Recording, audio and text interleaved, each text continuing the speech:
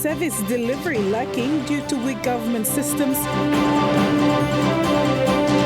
Review of educational standards nationwide. And 10th place hunters take on Wynnum Manly Seagulls. This is National EMTV News with Shamaine Poriambep. Good evening and welcome to Thursday's news. Despite efforts to improve service delivery, the government systems in place continue to collapse. National Research Institute's Dr. Thomas Webster says there are many factors to this issue. He says government entities responsible to ensure decentralization of government services are not performing by facilitating instrumental policies. The lead researcher highlighted many issues that exist within the systems of government. Dr. Webster said the research will critically analyze why service delivery is not reaching communities. He says despite massive funding allocations, government entities continue to fail the people.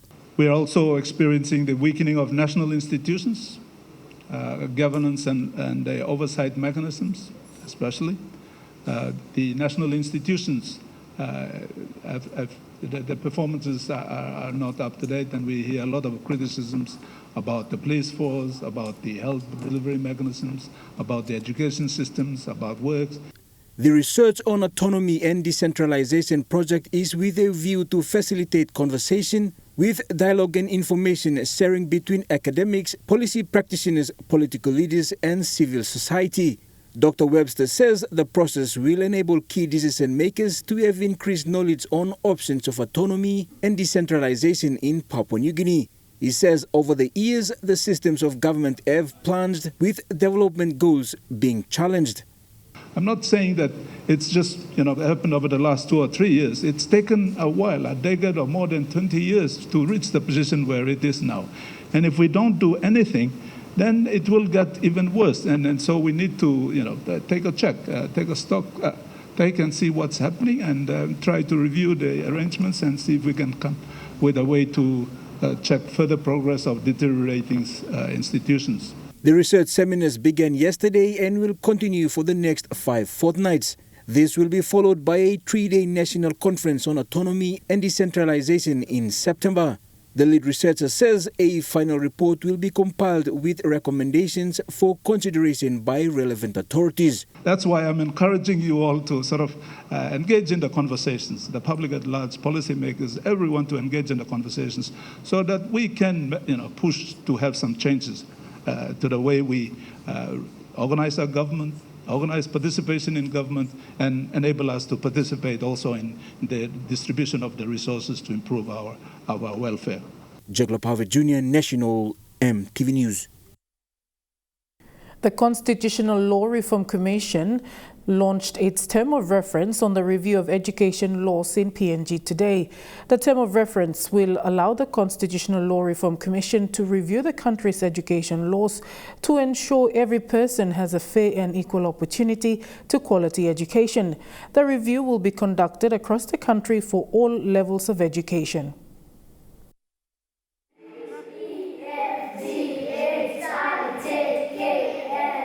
Education is important and is a system that starts from primary to tertiary level. Sound. Letter. Sound. In order to keep up with the changing times, the Constitutional and Law Reform Commission, or CLRC, is set to review the country's education laws. This is with the aim to modernize laws. A lot of our laws are pre-independence, to eliminate any defects found in the law, to simplify and consolidate all laws, repeal any unnecessary or obsolete laws, and reform and codify customary laws. It was brought to the attention of the commissioners that student performance has been on the decline for a while. It will be the whole system starting from elementary right up to the university level.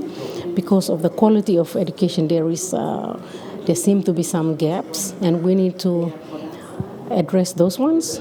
So if we don't do the whole system, we won't be able to address those issues. So that's why CLRC is going out to do their independent views. CLRC Secretary Dr. Mange Matui says stakeholders are expected to give their views in line with the following issues: national minimum standards for accrediting schools, teaching standards and requirements in primary and secondary schools and higher education institutions, appropriateness of current curriculum taught in primary and high schools, the current capability of schools and teachers to prepare students for the School of Excellence, how best to address decline in student performance, and how best to address student dropout rates. A closed consultation will be conducted nationwide from 2nd August to 2nd September, followed by a seminar to draft final reports, which will be presented to the Justice Minister.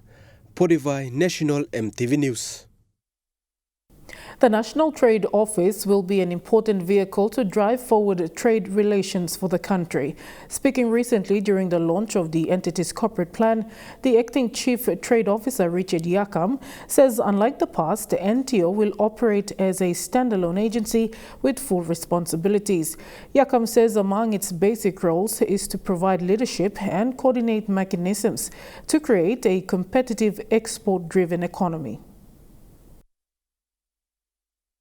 After years of being kicked around several government departments, the National Trade Office now stands alone as a government entity. NTO will now play a key role in driving forward PNG's trade affairs. The agency will basically support, direct, harness and coordinate trade dialogues on and offshore. Acting on behalf of the government, the NTO will assume the leadership and coordination role of the government and will provide strategic oversight and supervision of the trade policy implementation. The National Trade Office will be the implementing agency on behalf of the state. It will provide the advisory role to relevant government departments. This is significant to support government's trade policy 2017 to 2032. As country develops and its economy expands, there is corresponding need for its government's departments and institutions to grow and become more specialized in their respective roles and functions to ensure that the government administration, law and justice sector, service delivery mechanism continues to be accessible and accommodating the changing needs of developing country.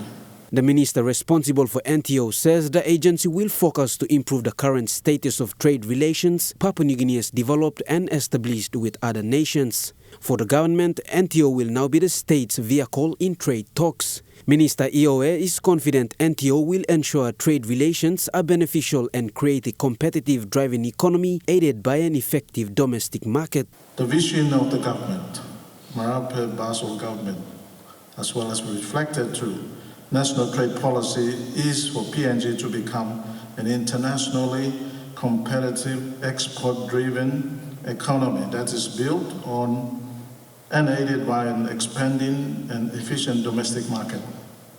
Thus, we need all agencies of government to work together to implement this policy. Suli, National MTV News. It has been more than a year since Papua New Guinean journalists started reporting on the COVID-19 pandemic. The role of disseminating accurate information to the masses has not been easy. One of the biggest challenges has been to deal with misinformation and disinformation. These were two of the things discussed by lay-based journalists and reporters recently in a media workshop. These are journalists and reporters based in Leh. The COVID-19 Information Integrity Workshop they recently took part in was aimed at discussing the challenges faced with reporting on the COVID-19 pandemic. Post-Korea reporter Janet Curry said one of the issues has been accessing accurate information from the provincial authorities to report on amidst efforts to dispel fake news. Also present was the chairman of People with Disabilities, Benedict Hippom, and representatives from NGO Family PNG. They discussed how the COVID-19 pandemic was affecting PWDs and the increase of domestic violence cases during the pandemic.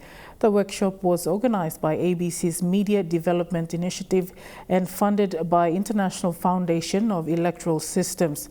It provided an avenue for lay journalists to share information as well as get feedback from NGOs and PWDs and ways forward in reporting stories on COVID-19.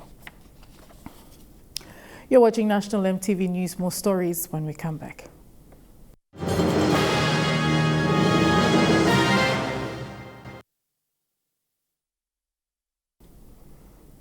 Welcome back to the news. Tropica Limited has commenced flights from Medang to other airports in partnership with the national flag carrier. The airline's charter manager, Matthew Bratnell, says Tropica will concentrate on Leh as its primary route, but will depend on the number of passengers with bookings in Medang. Tropica resumed its scheduled flights for the next 3 weeks while waiting for Stage 6 of the Medang Airport upgrade to be completed.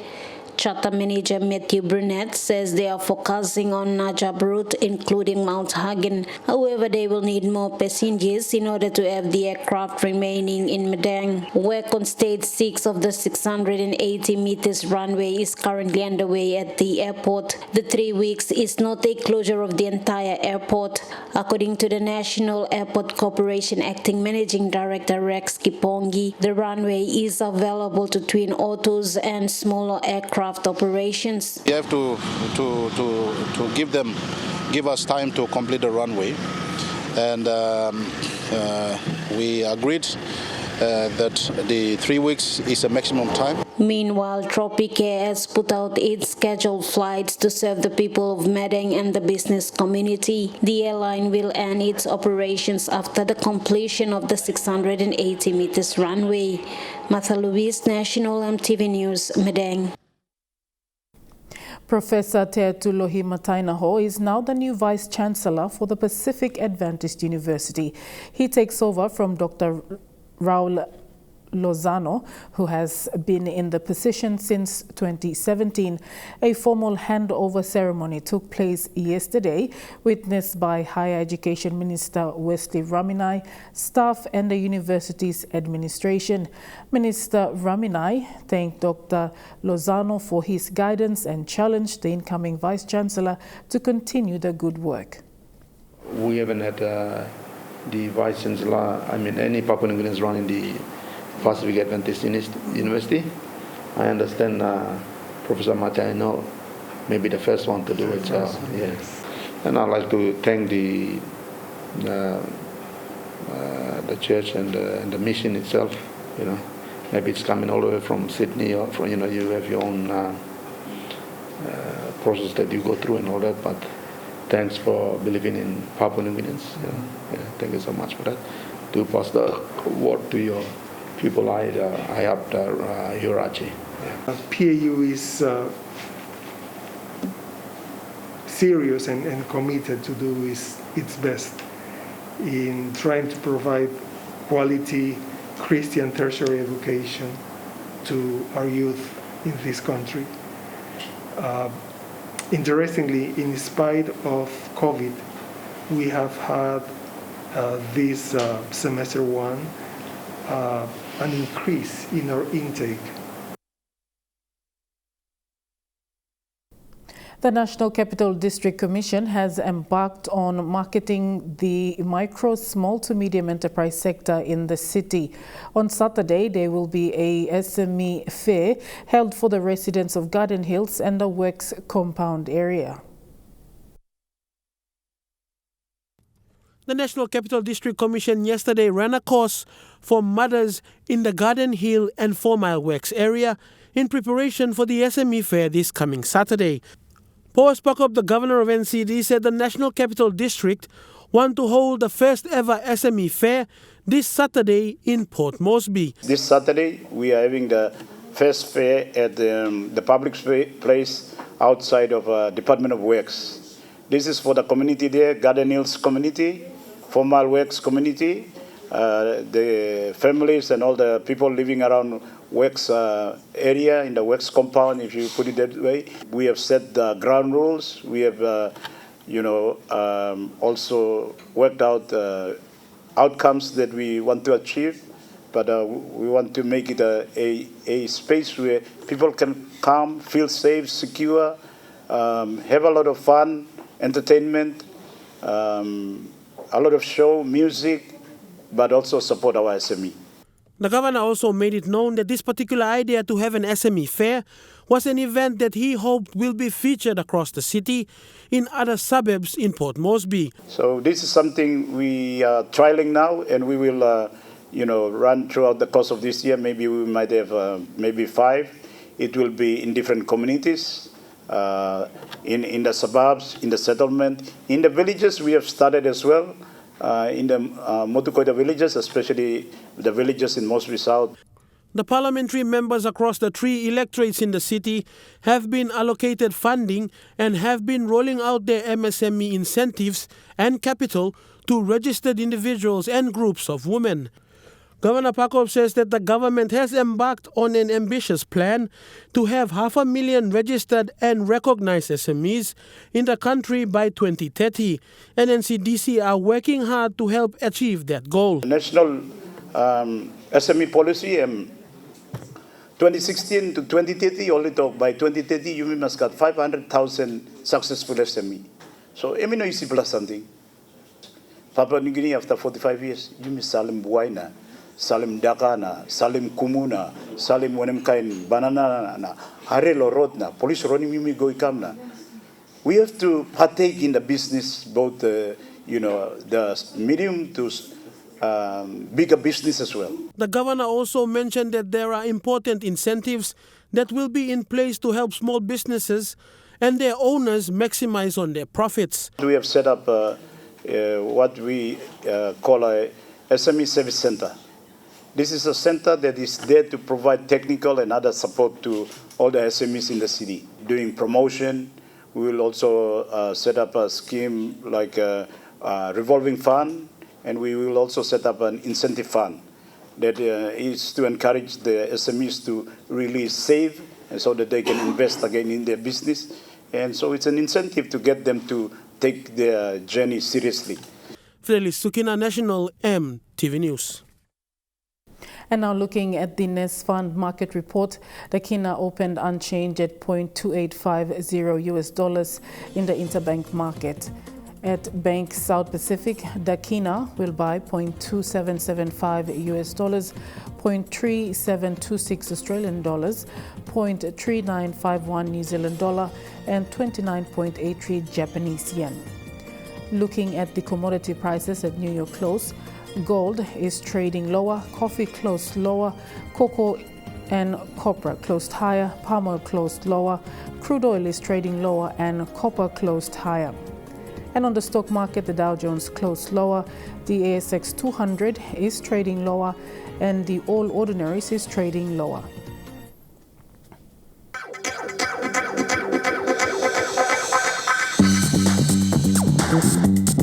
Trukai Sports.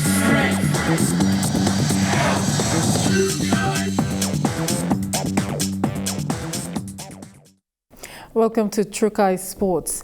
Second place winner Manly Seagulls will be the SP PNG Hunters opponent this weekend in round 15 of the Intra Super Cup. The Hunters, sitting on 10th place, proved last weekend that they are certainly capable of mixing it with the best if improvements to their game plan for the full 80 minutes can be maintained. Through Brendan Gatuno. The SP PNG Hunters will welcome the return of skipper and lock Ila Alu back from injury to lead the side against the Intra Super Cup heavyweights Wynnum Manly Seagulls this Saturday. Prop Apple Capanias is also making his long-awaited return to the squad for only the 8th time this season. Dilbert Isaac drops from the starting lineup to the interchange bench to make way for Alu, while Capanias replaces Sylvester Namo on the bench. Gatuno with his second try of the game. The Hunters will have to pick themselves up for the encounter against Wynnum, who will be asking questions of the PNG side for the full 80 minutes. The Hunters proved what they are capable of last weekend, displaying some of their best attacking form against the Mackay Cutters with 6 well-constructed team tries. However, the Hunters failed to contain their opponents, conceding 4 converted tries in the last 25 minutes of the match. The Hunters will have to bring their A-game against Wynnum, who will be ruthless, exploiting any weaknesses shown by the PNG side. Huxley Lovai, Trukai Sports. The Northern Stand at the Oil Search National Football Stadium in Port Moresby will be open to the public this weekend for the Digicel Cup competition. PNG NRLC manager Oragairo, in a short statement, said the northern stand is located at the Boroko Market end of the National Football Stadium. Tickets for the northern stand will be sold at 10 kina per person, with children under 4 years old. There is limited seating capacity due to the pandemic protocol set, which we have to comply with. He reminded all spectators attending to adhere to the strict processions of checks each will have to undergo when attending on game day.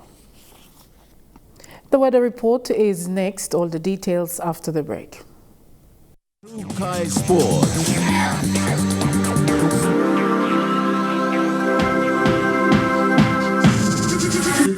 Tropica Sports. This weather update is proudly brought to you by MoneyPlus, with you always. Weather forecast for tonight and tomorrow. In the southern region, Port Moresby, brief showers and possible thunderstorm, then mostly fine cloudy. Daru, cloudy periods with a few showers and windy. Kerema, cloudy periods with patchy rain drizzles. Alotau, easing rain showers and thunderstorms to cloudy periods. And Popondetta, patchy rain and possible thunderstorm, then cloudy periods. In the Momasa region, Lay, patchy rain showers, drizzles and cloudy periods. Medang, partly cloudy with morning shower or two. Wewak, patchy showers, easing, then partly cloudy morning. And Vanimo, few showers, then fine partly cloudy morning. In the New Guinea Islands, Lorengau, partly cloudy with a shower or two. Kavieng, partly cloudy with morning brief showers. Kokopo and Rabaul, few showers and mostly cloudy. Kimbe, few showers and cloudy periods. And brief showers, then partly cloudy morning in Buka. In the Highlands region, Mount Hagen, rain drizzles and cloudy, then morning fog. Gorka and Kundiawa, patchy drizzles and low bases, then morning fog.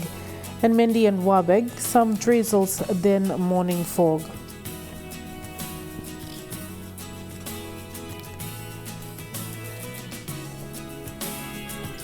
Forecast for small crabs for the next 24 hours.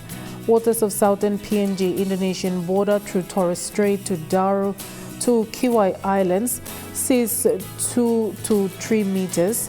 Waters of Kiwai Islands to Kerema to Yule Island to Hood Point to Samurai Islands, and with waters of Samurai Islands to Cape Vogel and eastern and western Milimbe Islands, seas 1 to 2 meters.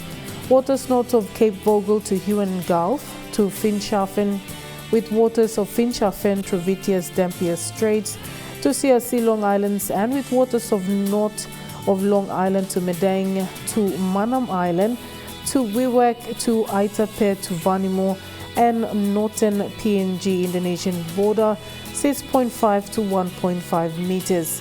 Waters of Manus and its western group of islands, and with waters of New Ireland to New Britain and Bougainville, seas 0.5 to 1.3 meters.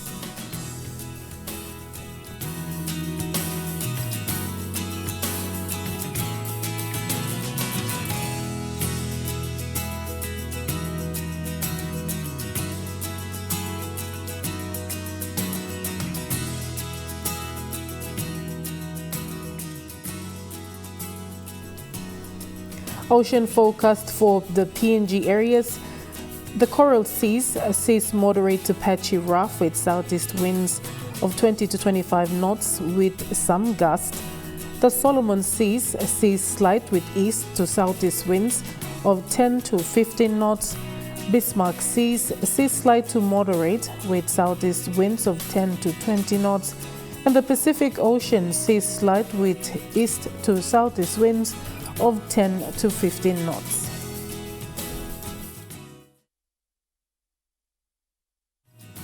The weather update was proudly brought to you by MoneyPlus, with you always. And that's the news, sports and weather for today, Thursday, the 29th of July, 2021. Until then, be safe. Bye for now.